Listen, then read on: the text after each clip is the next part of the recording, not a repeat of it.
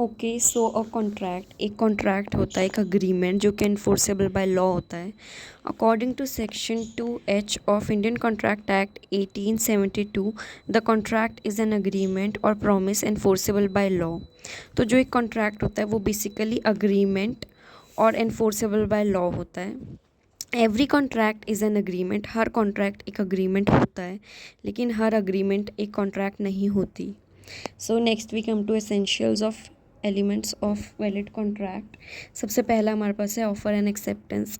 जब तक हम कोई ऑफ़र नहीं देंगे, सामने वाला एक्सेप्ट नहीं करेगा, तब तक वो कॉन्ट्रैक्ट नहीं माना जाएगा। सेकेंड एसेंशियल एलिमेंट है competency of party. Competency of party भी बहुत इंपॉर्टेंट है। जब तक सामने वाला ल्यूनेटिक है हम उसके साथ कॉन्ट्रैक्ट में नहीं आ सकते।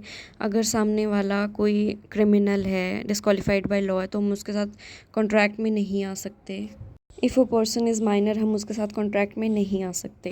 Then third essential element is free consent. जो कंसेंट है that should be free from coercion, misrepresentation, mistake, undue influence या फिर फ्रॉड, तभी वो एक फ्री कंसेंट माना जाएगा।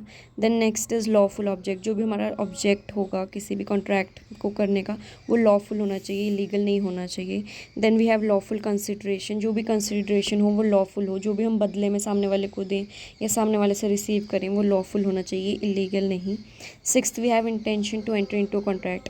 फॉर एग्जांपल, अगर हमने अपने किसी दोस्त को डिनर पे इनवाइट किया है और वो नहीं आ पाया, then that will not be considered as contract और लीगल कॉन्ट्रैक्ट, क्योंकि दोनों पर्सन्स की इंटेंशन ही थी कॉन्ट्रैक्ट में आने की, it was informal. Then we have possible performance. कोई भी कॉन्ट्रैक्ट हो दैट शुड बी, जो भी परफॉर्मेंस हो वो पॉसिबल हो, टू परफॉर्म कुछ भी इम्पॉसिबल परफॉर्मेंस ना हो। Then we have certainty of meaning. Certainty of meaning means clarity होनी चाहिए, क्लियरली डिफाइंड होना चाहिए कॉन्ट्रैक्ट में किस पार्टी को क्या करना है, क्या कंसिडरेशन है, क्या ऑब्जेक्टिव है, everything. Then we have ninth essential element जो कि है लीगल फॉर्मेलिटीज़। जो भी लीगल फॉर्मेलिटीज़ हो वो अच्छे से परफॉर्म की जाए। फॉर एग्जांपल, किसी किसी कॉन्ट्रैक्ट्स में, किसी किसी कंट्रीज़ में ओरल कॉन्ट्रैक्ट चलता है, लेकिन कुछ कॉन्ट्रैक्ट्स ऐसे होते हैं जहाँ पे रिटन अग्रीमेंट ज़रूरी होती है, तो उन फॉर्मेलिटीज़ को कंप्लीट करना। Then we have tenth essential valid contract जो कि है not declare to be void और इलीगल। जो भी कॉन्ट्रैक्ट हमने किया है वो वॉइड नहीं होना चाहिए, ना ही वो लीगल भी नहीं होना चाहिए वो कॉन्ट्रैक्ट। मतलब वॉइड मतलब आप किसी माइनर के साथ ना कॉन्ट्रैक्ट करो, या फिर जो भी आप कॉन्ट्रैक्ट कर रहे हो उसमें कुछ इम्पॉसिबल परफॉर्मेंस ना हो, यही सब है।